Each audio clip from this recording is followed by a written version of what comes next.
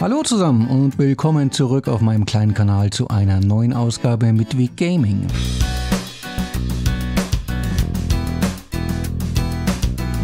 Und für diese Woche dachte ich mir, wir könnten uns hier mal einfach wieder ein paar Indie-Games anschauen. Also entsprechend kleinere Studios, Spiele, die man vielleicht nicht unbedingt auf dem Radar hat und ja, denen man vielleicht doch trotzdem eine Chance geben sollte. Und genau das machen wir heute. 3 Indie-Titel, jeder bekommt 10 Minuten Zeit und wir schauen einfach mal. Wir starten das Ganze mit Death in the Water 2 von 2023. Danach eine Runde, nennen wir es mal OTXO, ich weiß nicht, wie man das aussprechen können sollte. Und zu guter Letzt eine Runde Swarm Grinder. Soll heißen, wir tauchen nach Schätzen, wir spielen ein bisschen sowas wie, ja, so wie Hotline Miami so ein bisschen und danach ein Autoshooter. Okay, ich würde sagen, wir legen los. Death in the Water 2. Ihr seht hier im kurzen Ausschnitt schon, um was es geht. Ihr taucht und im Grunde seid ihr auf der Suche nach Schätzen. Die Sache ist nur, ihr seid da unten weder alleine, noch seid ihr dort, ja, ihr seid halt einfach nicht willkommen. Aber ich lasse einfach mal laufen. Viel Spaß mit den Clips.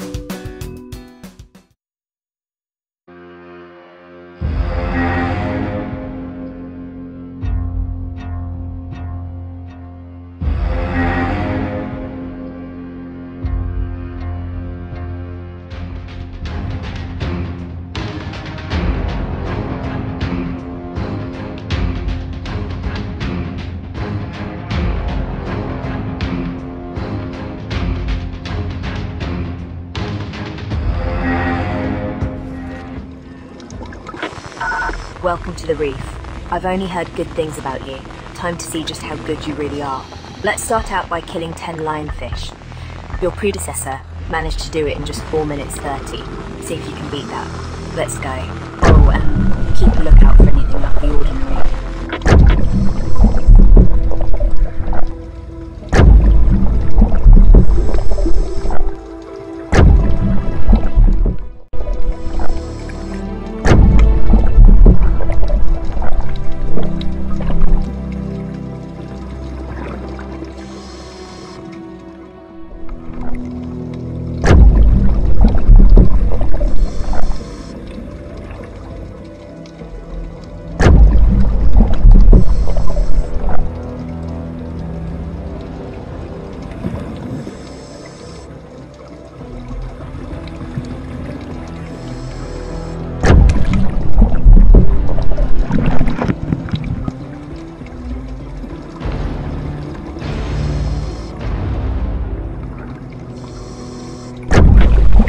Don't waste your ammo on sharks unless you really need to defend yourself. They normally won't attack you first.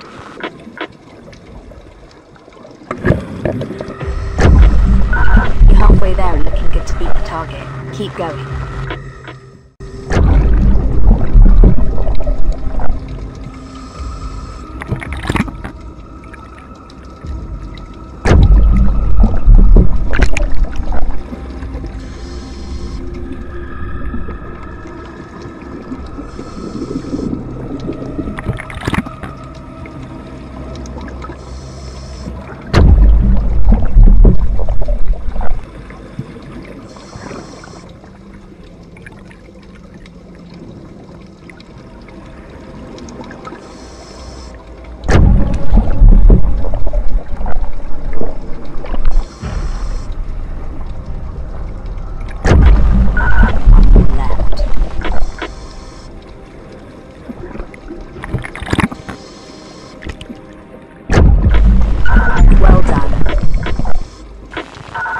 Oxygen gauge is showing you are running a bit low. I have just put a marker on your HUD to show you where you can find refills.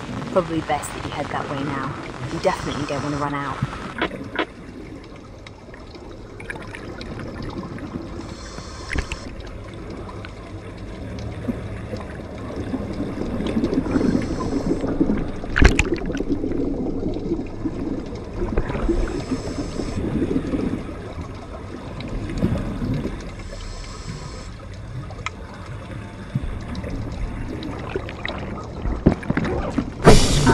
That was easy. The oxygen gauge is now showing that it is full.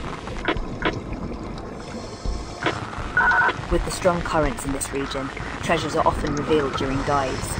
Our scanners can't pick out the exact location, but I have marked the area on your compass for you to investigate. Go and see if you can find some.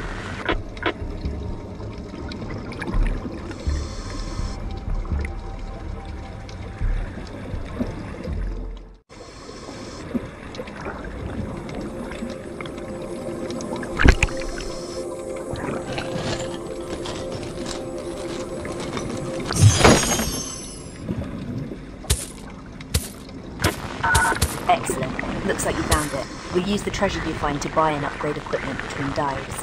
If the rumours are true, we're probably going to need some hard-hitting gear, so try and find as much treasure as you can. The training is complete. It seems like you know exactly what you are doing and are up to speed. Our comms will be limited in deeper waters, so you won't be hearing much more from me. Remember to keep low and use cover if things get intense. Also, promise me that you will avoid open water. We really don't know what's out there.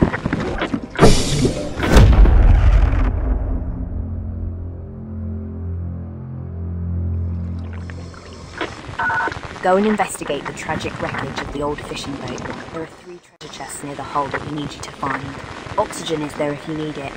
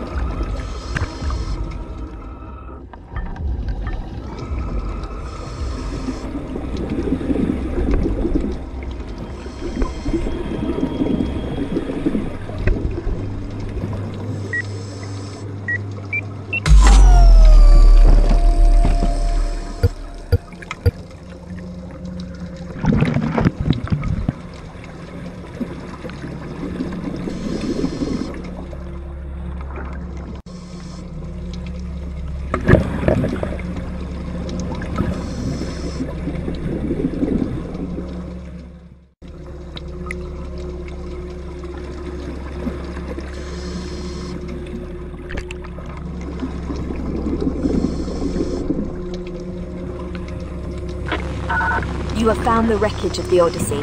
It looks like something monstrous tore through the hull, causing it to sink. Look around, see what you can find.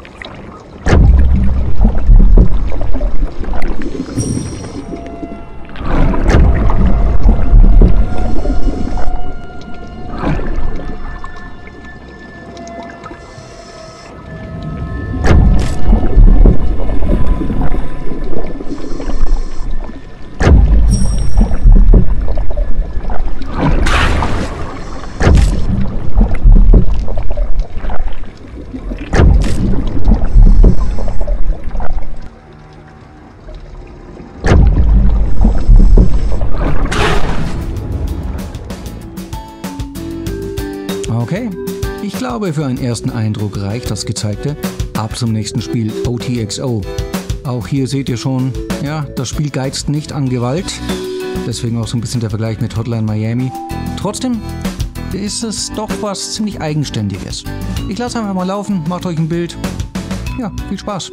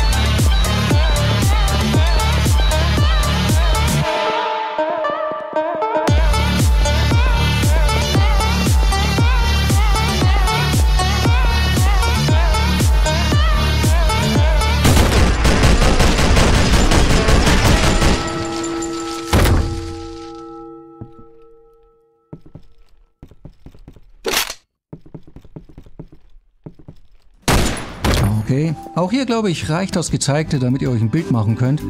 Und weiter geht's zum letzten Spiel für diese Woche.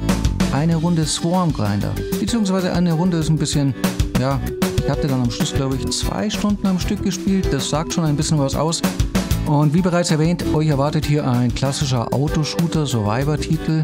Hatten wir auch schon einige in den letzten Episoden. Ich lasse einfach mal laufen, schaut es euch an und wir hören uns nachher.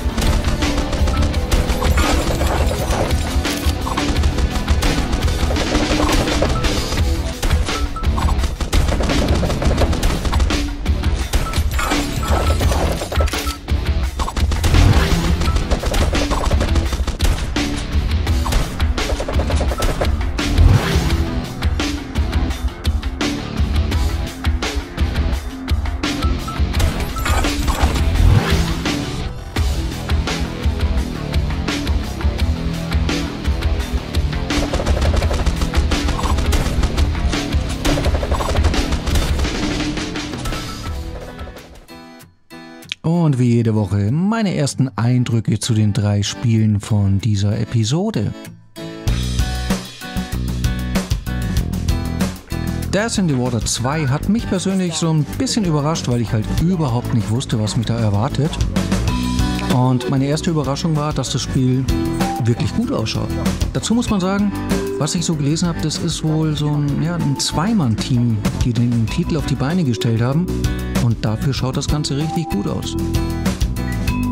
Es läuft flüssig, die Atmosphäre ist klasse, also man fühlt sich wirklich, als wäre man unter Wasser. Und sowohl die Aufgaben als auch die Mechaniken sind eingängig, leicht verständlich. Da sollte eigentlich niemand Probleme haben. Und spätestens, wenn da der Alarm ertönt, ja, dann ist so ein bisschen Action und Spannung angesagt. Inwieweit das Spiel euch auf Dauer bei Laune hält, ja, das kann ich noch nicht so ganz sagen, weil gerade am Anfang ist es so ein bisschen Grind. Schätze finden, upgraden, Waffen freischalten. Das dauert und ja, ihr werdet immer mal wieder auch ins Gras beißen. Trotzdem, und gerade in Anbetracht, dass es ein Zweimann-Team war, durchaus ein Blick wert. Also ich hatte meinen Spaß damit und ich werde bestimmt das eine oder andere Mal nochmal darunter tauchen, um zu schauen, wie viele Schätze ich denn noch bergen kann. Von mir definitiv Daumen hoch.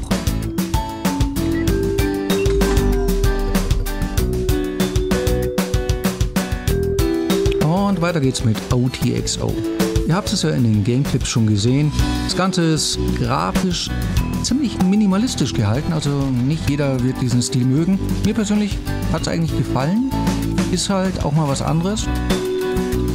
Und was natürlich nicht jedermanns Sache sein wird, ist einfach die Gewaltgrad. Also hier, ja, rot ist die einzige Farbe. Und naja, das gehört bei solchen Spielen halt irgendwie auch dazu. Und was bei solchen Titeln auch dazu gehört, ist einfach so ein bisschen ein Schwierigkeitsgrad, der knackig ist. Also erwartet hier keinen Walk in the Park. Ihr werdet durchaus gefordert werden. Und ja, ihr werdet auch nach jedem One werdet ihr schauen, dass ihr möglichst ja, ein bisschen upgraden könnt, weil die Läufe, die werden nicht einfacher. Für mich persönlich kein Spiel, das ich jetzt Stunden am Stück spielen kann, aber so ab und an eine Runde zwischendurch, ja, dafür ist es genau richtig.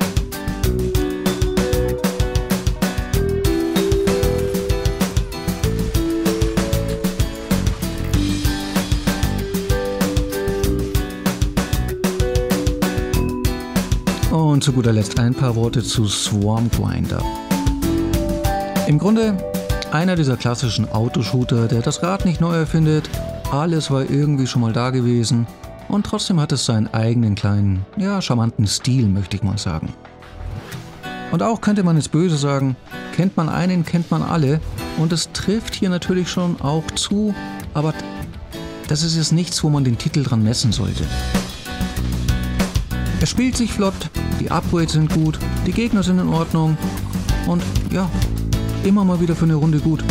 Inzwischen ist der Markt mit diesen Autoshootern oder den Survival-Titeln, der ist so ein bisschen, ja, ich möchte nicht sagen gesättigt, aber langsam wird es immer ein bisschen schwieriger, da Innovationen reinzukriegen.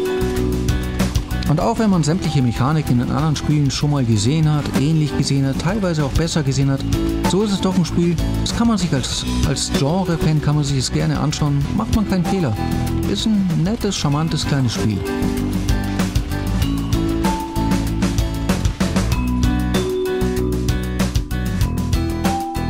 Ja, und das war es auch schon wieder für diese Woche. Ich hoffe, ihr hattet Spaß mit den Clips, habt vielleicht mal wieder das eine oder andere Spiel gefunden, was euch interessiert und wünsche euch wie immer eine angenehme restliche Woche. Viel Spaß beim Zocken, macht es gut, bis nächsten Mittwoch. Ciao.